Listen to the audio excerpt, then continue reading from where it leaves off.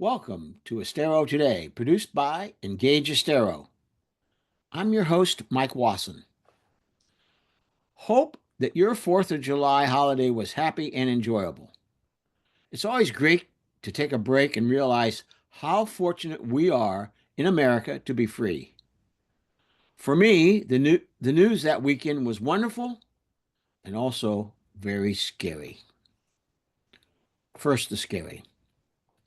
Nature rose his or her ugly head. It poured down rain in Texas, and the Guadalupe River flooded in the middle of the night, killing what is now estimated at 129 people by the latest count. But there are still about 170 reported missing. The pictures are tragic, with people's lives destroyed. We in Estero know that feeling. Hurricanes coming off the Gulf Coast have been destructive and caused much damage. And the wonderful news? It was heartwarming to see all the volunteers and the first responders who did so much to help their Texas neighbors in a difficult position over the 4th of July weekend. It's such a rich tradition to help each other. It has happened in Estero and it happened in Texas. We human beings are resilient. We've seen hurricanes in Southwest Florida before, and we continue to rebuild just like others have across the country. There have been floods in the Texas Hill Country before, but they have rebuilt. There have been fires in Hawaii and California, but many continue to rebuild. There have been tornadoes in the Midwest. One in particular in Joplin, Missouri, killed my sister, but her children still live in that Midwest tornado alley. We continue to be a resilient people. I'll never forget walking on the melting glaciers in Canada north of Banff. My wife and I boarded a large bus with 10-foot high wheels to take us up the glacier valley. No doubt about it. I walked on the melting glaciers. It visually showed me the earth was warming. If I didn't believe the science, I could clearly see the results. Nothing I could do that day was going to stop the melting snow from running down the valley in a growing stream.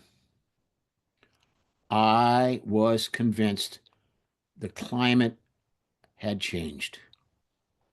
Compared to the 1980s, there are now twice as many days with temperatures over 50 degrees centigrade and in more locations around the globe.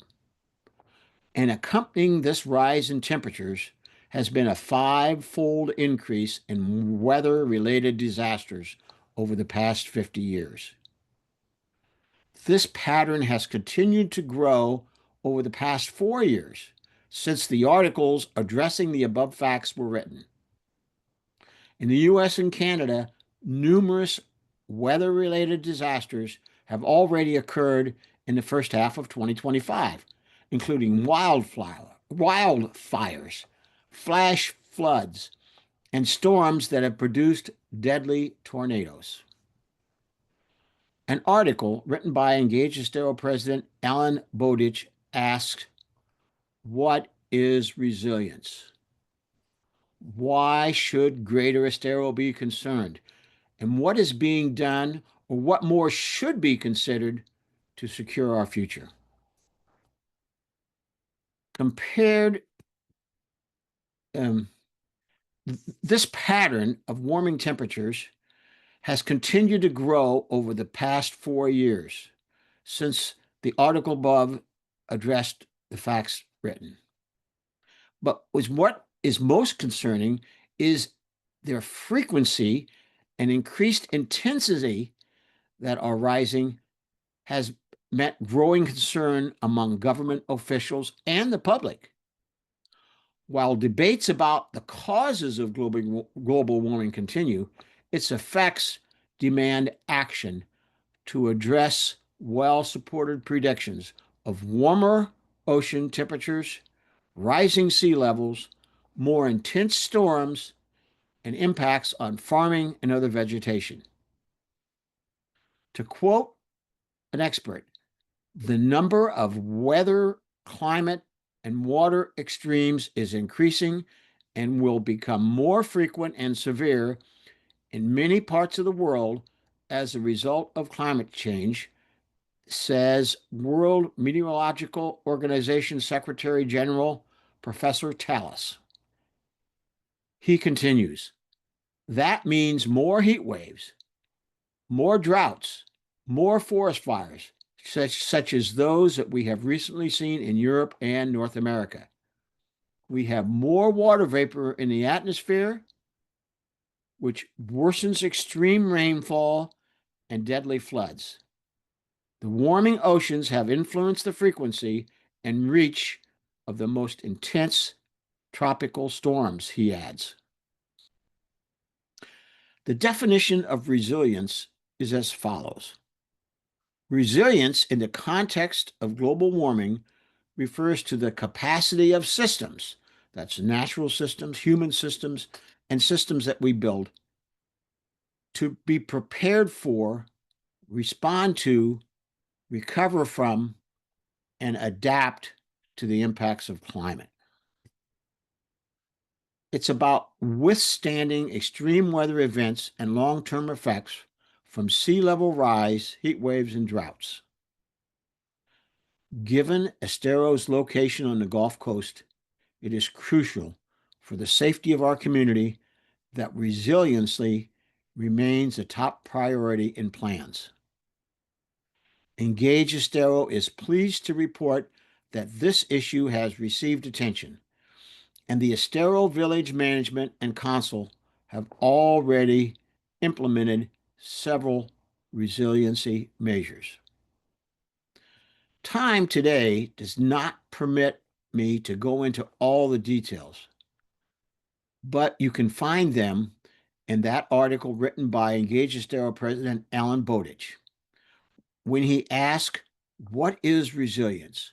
What should Greater Estero be concerned? Why should they be concerned? And what is being done, or what more should be considered to secure our future? I encourage you to go to our website, Estero Today, or click on the link near this podcast and take a look at the details provided in his articles. Thanks for joining us this week at Estero Today. We hope you have found this information interesting and helpful. If you would like to comment, you can email us with your comments and ideas for future podcasts. Our email address is info@esterotoday.com. That's info, I-N-F-O, at esterotoday.com. Produced by Engage Estero, this is your host, Mike Wasson, wishing you a good week and hoping you can join us next week for more news on Estero Today.